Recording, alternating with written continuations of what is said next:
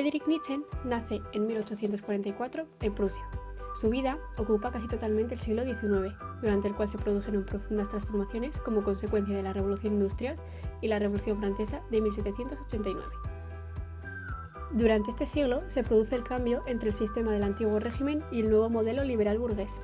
Además, Reino Unido se convierte en la potencia hegemónica y Francia vive un periodo de esplendor durante el Segundo Imperio de Napoleón III. Pero realmente la vida de Nietzsche se vio marcada por la Guerra Franco-Prusiana, en la que él mismo participó. Además, el siglo XIX fue también el siglo de los imperialismos y los nacionalismos. En el ámbito cultural se produjo una dispersión de corrientes artísticas y en el terreno del conocimiento científico se desarrollaron importantes eventos como la teoría de la evolución de Darwin y el descubrimiento de la primera vacuna por Louis Pasteur. Nietzsche es considerado el filósofo más crítico y temperamental. Muy pronto comienza a leer a Schopenhauer y con 20 años se traslada a Leipzig para estudiar filología clásica, rechazando la fe católica que quería imponerle su madre. Acabará trabajando como profesor en la Universidad de Basilea, puesto al que tendrá que renunciar por su enfermedad. Después de esto se dedicará a viajar por el norte de Italia y Suiza, además de escribir. Su vida quedará marcada también por su amistad y posterior enemistad con el compositor Richard Wagner. Finalmente, Nietzsche morirá solo y loco en 1900. Nietzsche realiza una fuerte crítica a los valores culturales de nuestra época, afirmando que el espíritu griego había sido corrompido por Sócrates y Platón, y posteriormente por el judaísmo y el cristianismo. Él pensaba que en la antigua civilización griega existía un equilibrio y fusión entre el orden, la razón, la moderación, es decir, lo que denominaba elementos apolíneos, y el caos, el desenfreno, la locura, llamados elementos dionisíacos. Esta fusión se rompe cuando Sócrates y Platón desechan estos elementos dionisíacos y se empeñan en demostrar que existe un mundo racional y ordenado. Esta demostración sigue sosteniéndola el cristianismo y también el racionalismo. Nietzsche culpa a todos ellos de iniciar la decadencia de la cultura occidental e invita a recuperar ese instinto dionisíaco y amar la vida terrenal, adoptando así una postura vitalista. Al rechazar esos orígenes judeocristianos, Nietzsche libera la forma de vida griega, con temas como el eterno retorno, la inversión de valores, el superhombre o la voluntad de poder. Estos temas inspirarán posteriormente a los nazis, aplicándolas en el ámbito político. Por esta razón, frecuentemente se atribuye a Nietzsche la condición de precursor del nazismo, una idea totalmente errónea. Sus principales ideas filosóficas se encuentran en su libro Así habló Zaratustra, que se considera también una obra maestra de la literatura.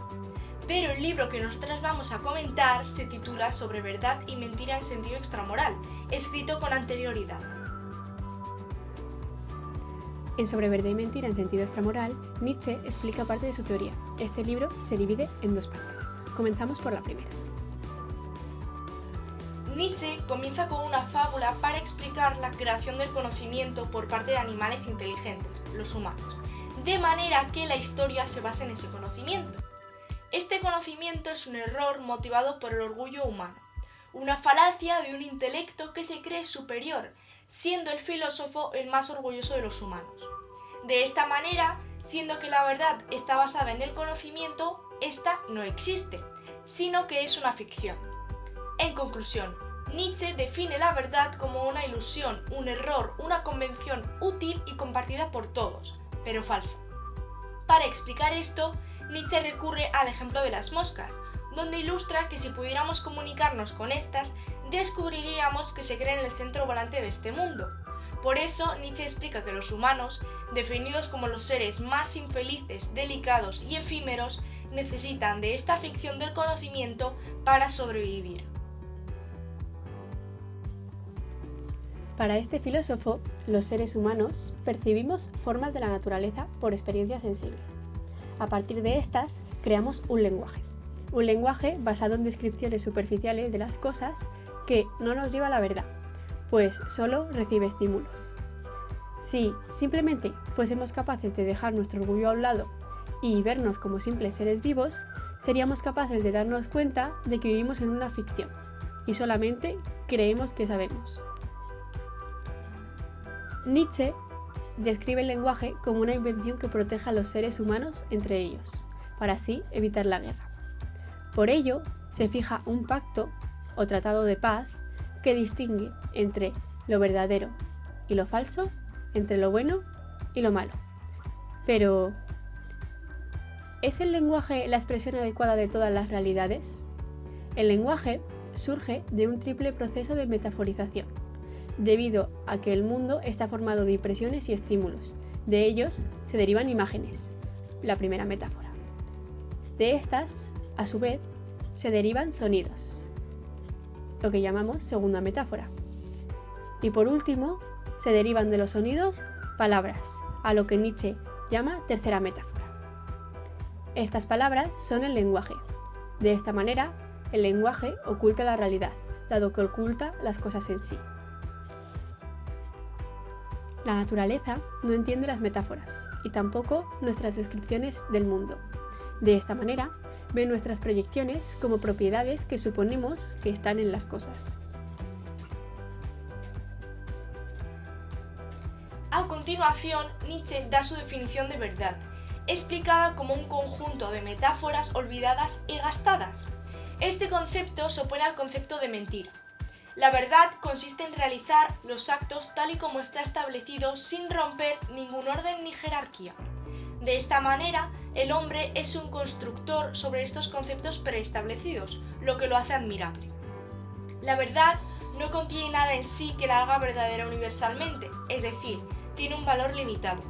Nos olvidamos de que la verdad son meras metáforas y la tomamos como verdad absoluta, algo que Nietzsche considera incorrecto.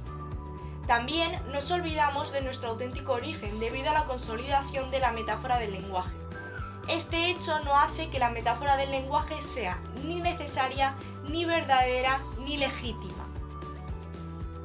Nietzsche habla también del conocimiento científico y lo somete igualmente a la metáfora del lenguaje, pues considera que es preso de esa ficción. Las leyes de la naturaleza no defienden las cosas, sino que simplemente establecen relaciones entre ellas a través de un instrumento creado por el hombre, que son las matemáticas. Con esto concluimos la primera parte, así que comenzamos con la segunda. Nietzsche comienza afirmando que la creación de metáforas es un impulso inevitable, que si desapareciera haría igualmente desaparecer al ser humano. Este impulso busca nuevas áreas de actuación y por eso crea el mito y el arte para poder desarrollarse ampliamente.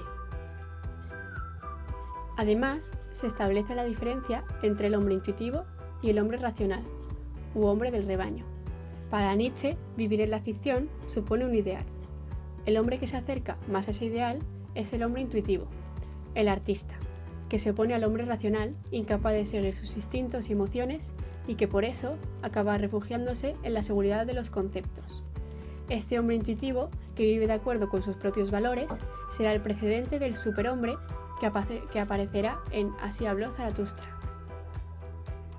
Con esto concluimos la explicación del libro de Nietzsche titulado Sobre verdad y mentira en sentido extramoral, donde el autor sospecha del lenguaje, de la moral y de la razón, entre otros muchos conceptos, estableciéndose así como uno de los grandes filósofos de la sospecha, junto a Marx y Freud.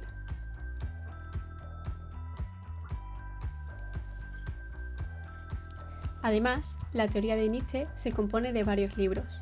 Otro de sus libros más importantes es Así habló Zaratustra. En él, Nietzsche logra expresar de forma poética sus ideas filosóficas esenciales, como son la muerte de Dios, el superhombre, la voluntad de poder y el eterno retorno. El libro se basa en un viaje del profeta Zaratustra a las montañas. Menciona la frase de Dios ha muerto, y con ello nos libera del sufrimiento del pensamiento cristiano, llegando a la conclusión de que todo lo que creíamos cierto era una farsa y nos encontramos en la nada, lo que se enmarca como nihilismo.